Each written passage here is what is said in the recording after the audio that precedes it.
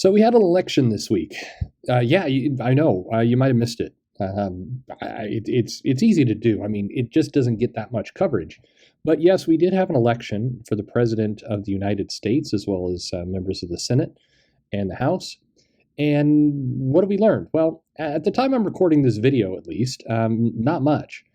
Joe Biden is ahead in electoral votes. There's a lot of back and forth around the legitimacy of the votes that were cast. Basically, if you're a Joe Biden fan, then everything is legitimate. And if you're a Donald Trump fan, there's massive voter fraud going on.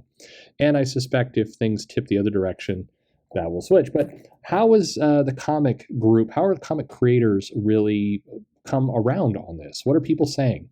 So let's give a little recap about where that sits.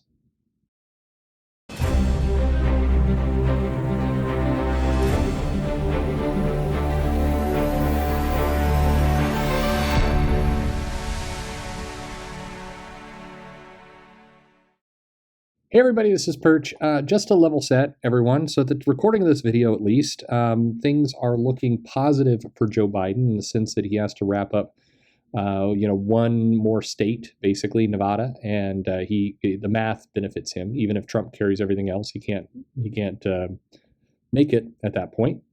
But what's interesting about all this, here's what I find slightly funny. And now, whether you're a Democrat or whether you're a Republican, I can sense in my soul. I will offend both groups here.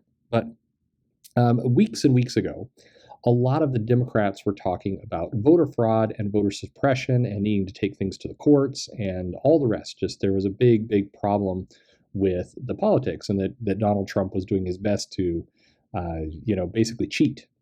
And we have to watch out for those Republicans. And then as things unfolded yesterday with the voting, and then particularly overnight, turns out a couple of states that are really critical, Wisconsin, Michigan, Philadelphia, Pennsylvania. Philadelphia is not a state. Thank you. I'm tired.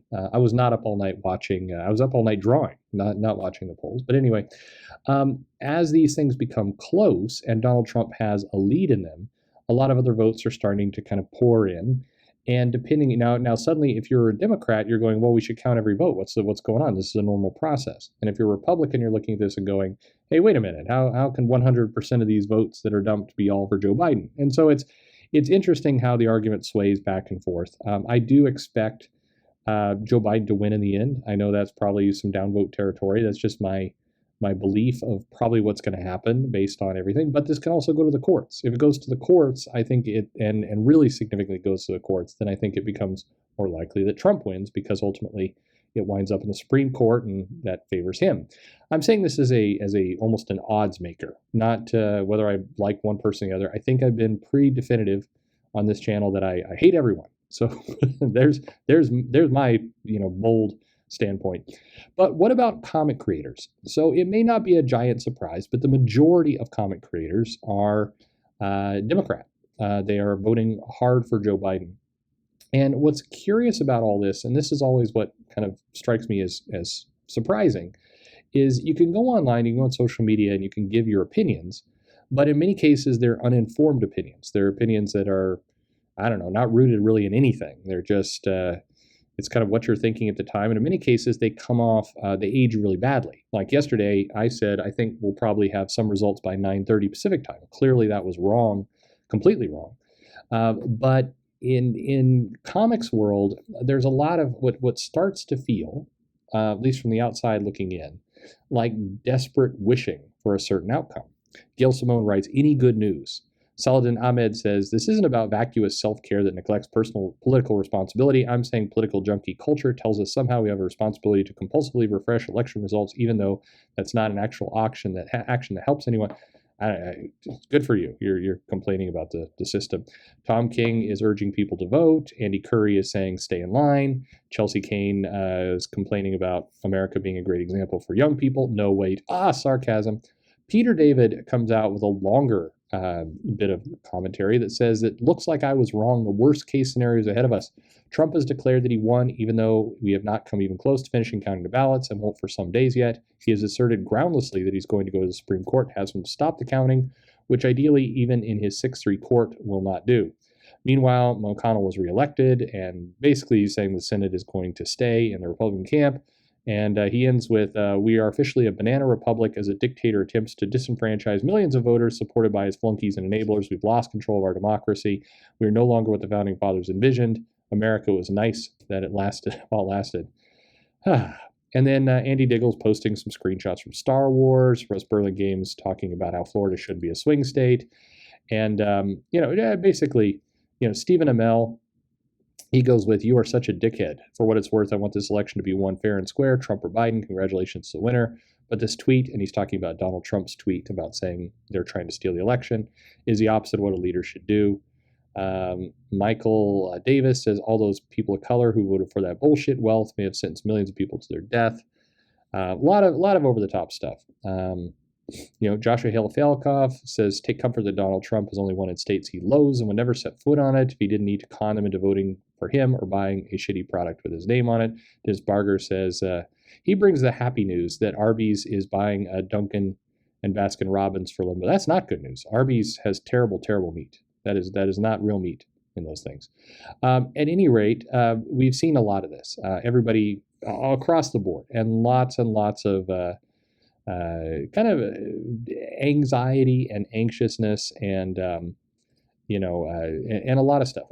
Here's the kind of takeaways that Phil Jimenez says, "The fact that tens of millions of voters were cool voting for a racist, criminal, neo-fascist is nothing to cheer about, no matter who wins." Andy Diggle says, "I know we were warned beforehand. Early results that favor Trump and gradually tilt toward Biden as postal votes are counted, but man is messing with my chill." Then various talks about Michigan and other places. What a time. Where do we go from here? Look, I think if there's one thing that the election taught us last night, and some idiots on Twitter called this a fence-sitting position, and I'm sorry, but I'm too tired and blunt to care. What I'm about to say is an idiot comment. Whether you like it or you don't like it, a large number of the population of the United States voted for the opposite person from you. How many people? Well, I mean, the reality is so many people didn't vote that if didn't vote was a candidate, didn't vote would be our president today. But didn't vote, of course, is not an actual person. But if taking that away from it, the population in general, the people who didn't vote, odds are they break down the same way people do vote. It's not like all the people who didn't vote are secret Republicans who just couldn't be bothered to go to the polls, or secret Democrats who couldn't be bothered to go to the polls. These are people who generally break down demographically like everybody else. Which means if you draw this all thing out, that about 40% of the country disagrees with you. If you're very firm on Trump or on Biden, half of the people, roughly, that you're going to see today have the opposite opinion. And now you have a choice. You could choose to hate those people and try and find out who they are, so you could build a wall around your house and have that bubble and live only within your own zone and smell your own farts all day. You can certainly do that, but it's not realistic. And I'm not saying this as a fence-sitting, oh, everybody should shake hands and get along. I'm saying the reality is you're going to have to, whether you like it or not. That's the world in front of us. You can't reasonably start going around the world and saying, I'm going to rage out.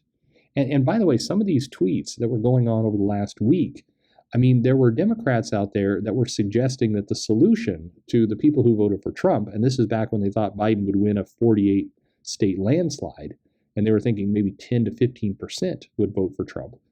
They were suggesting things like Trump re-education camps as some kind of, I guess that's their final solution for how to solve this thing, which is horrifying. There are Republicans who say, when we find out who all the socialists are, we need to, put them on boats and sail them off into the ocean. Those are all crazy ideas. Now, I get everybody that people are mad, and certainly watching this stuff go down is tough, whether you see it as your rights, whether you've been scared into it, or whether legitimately you're looking at this and you're saying, this isn't how our company should operate, our country should operate. And you're right, it really isn't how our country should operate. But regardless of how it should or what we want or any of those things, this is what we've got. So, as a comic, people have come in and really kind of laid their anxieties bare on the table.